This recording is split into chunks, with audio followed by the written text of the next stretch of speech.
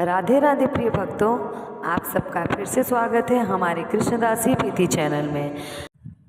धरती पे गणेश चतुर्थी की धूम मची हुई थी। सभी गणेश चतुर्थी की तैयारी में जुटे हुए थे।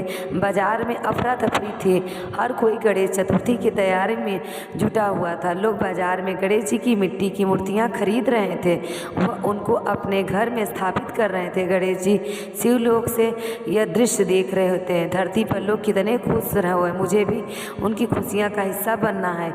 एक काम करता हूँ, एक बार धरती पर घूमने चला हूँ और वहाँ जाकर देखूंगा कि मेरे जन्मदिन की तैयारी कैसी चल रही है। ये गणेश जी सोचने लगे। ये बालक का स्वरूप धर के धरती पर आते हैं। धरती पर सभी लोग गणेश चतुर्थी की तैयारी में जुटे हुए थे। गणेश जी को भ्रमण कराते हुए अपने भक्तों को देख रहे थे। चलते चलते वह एक गांव से गुजरे। उसने एक लड़की रो रही थी। उसे कि रोने की आवाज़ सुनकर गणेश जी वहीं रुक जाते हैं और सोचने लगते हैं कि ये क्या हुआ, ये क्यों रो रही है। दादी, मुझे भी गणेश जी की मूर्ति घर में स्थापित करनी है। मेरी सारी सहेलियां गणेश जी की चतुर्थी की तैयारी कर रही हैं। मुझे भी गणेश चतुर्थी मनाने हैं। मुझे भी गणेश जी को अपने घर लाना है। प्रिय लोग जिद कर रही थी, तुम्हें पता नहीं ना, हमारे पास तो 2 वक्त खाने को पैसे नहीं हैं। हम गणेश जी को अपने घर कैसे लेकर आए। अगर हम गणेश जी को अपने घर में लाएंगे तो उनमें अच्छे पकवान, मिठाई, सब फल खिलाने होंगे और हमारे पास तो इतने पैसे ही नहीं हैं। अगर गणेश जी हमारे घर में आ गए तो भूखे नहीं रहेंगे। हाँ दादी, आपसे यही कह रही हूँ, अगर गणेश जी हमारे घर आएंगे तो वह भूखे नहीं रहेंगे। हम उन्हें अपने जैसा खाना खिलाएंगे। और गणेश, मुझे माफ़ कर दो, इस साल हम तुमको अपने घर नहीं ला पाए। अब क्या कर सकते हैं, हमारे पास इतने पैसे नहीं हैं कि हम तुम्हें अपने घर बुला सके। अगर मेरे माता पिता जीवित होते तो हम ज़रूर तुमको अपने घर में लाते। कोई बात नहीं कर, अगले साल हम तुम्हें अपने घर ज़रूर लाएंगे। गणेश जी सुन रहे थे। मेरी भक्ति कितने भोले हैं। इन्हें लगता है कि मैं बहुत चढ़ावे से प्रसन्न होता हूँ, लेकिन उन्हें ज्ञात नहीं है कि मैं तो मनुष्य के भक्ति भाव से ही प्रश्न हो जाता हूँ। मुझे जाकर इसकी मदद करनी चाहिए। अरे बालक, तुम कौन हो? मेरा नाम गणेश है। मेरे पास कोई घर नहीं है। क्या मैं कुछ दिन के लिए आप लोगों के साथ रह सकता हूँ? इसके बदले आप जो बोलोगे वह सारे काम हम कर देंगे और आपकी सारी बात भी मानूंगा। बालक इतना कोमल है कि इसे कैसे मना कर सकूं।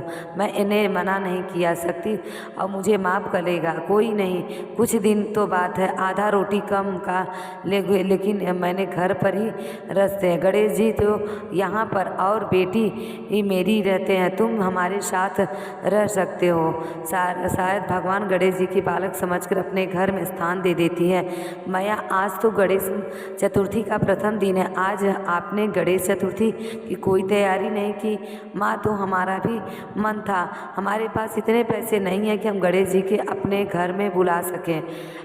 अरे भैया, गणेश धन दौलत से खुश होकर थोड़ी आते हैं, वह तो अपने भक्तों के भाव को देखते हैं। आप एक बार गणेश को अपने घर तो ले आओ, आपके सारे संकट दूर हो जाएंगे। लोग कहते हैं कि साफ सफाई करिए, गणेश जी की मूर्ति और पूजा के सामान लेकर आओ दुकान से, उसी से वो प्रसन्न हो जाएंगे। अरे मैया, मैंने यहाँ कुछ महीने एक सेठ के यहाँ काम किया था। वह सेठ मुझे बहुत मानता है। मैं उसके दुकान से सारा सामान लेकर आऊँगा, आप चिंता मत करिए। वो बोलने लगे, अच्छा ठीक है, तू जा, तुम जब तक अपने घर की साफ सफाई करो। बालक गणेश घर के बाहर जाते ही अपने शक्ति से एक गणेश की मिट्टी की मूर्ति तैयार करते हैं। कुछ फल और कुछ सामग्री उत्पन्न करते हैं। उधर शारदा और उनकी दादी सफाई करती हैं। प्रिया बहुत ही खुश थी क्योंकि आज पहले बार वह घर में गणेश जी की स्थापना होने वाली है।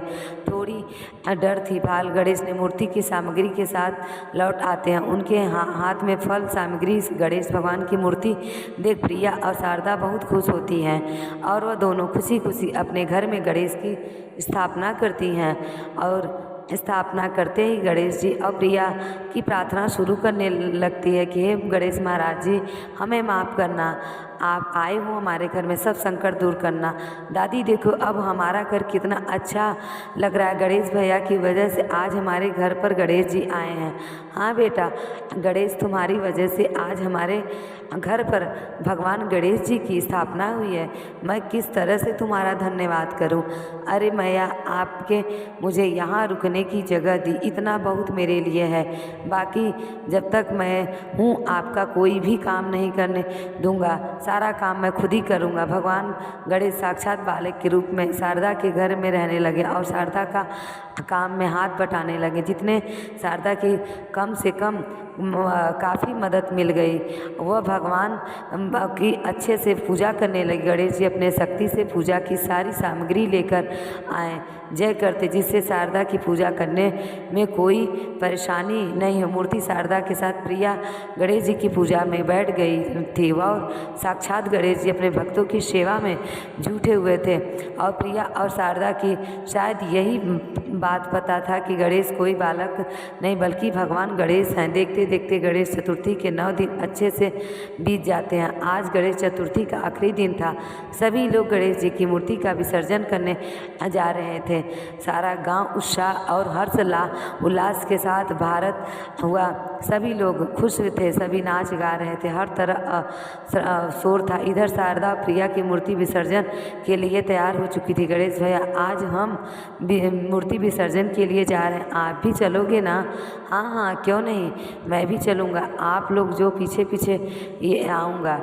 ये सब गणेश जी बोलने लगे कि प्रिया पूरी रीति रिवाज से गणेश भगवान के घर से विदा करते हुए और मूर्ति विसर्जन कर जाती है। नदी में गणेश भगवान की मूर्ति विसर्जन करने के बाद जब प्रिया शारदा अपने घर आई तो अपने घर को देख चौंक जाती है। देखते ही उनके टूटे फूटे घर की जगह एक बड़ा आलीशान महल खड़ा था। जब वो दोनों घर के अंदर घुसती हैं तो देखती हैं कि उनका घर सोने के सिक्कों से भरा हुआ रहता है।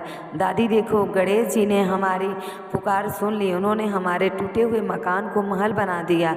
सही में बेटा, लोग गणेश जी को ऐसे ही विघ्नहर्ता नहीं कहते, उन्होंने तो कुछ ही दिनों में हमारे सारे विघ्न हर लिए। दादी, प्रिया को अचानक याद आता है कि गणेश भैया कहाँ हैं। दादी, गणेश भैया कहाँ हैं? वो तो हमारे साथ विसर्जन के समय भी नहीं थे।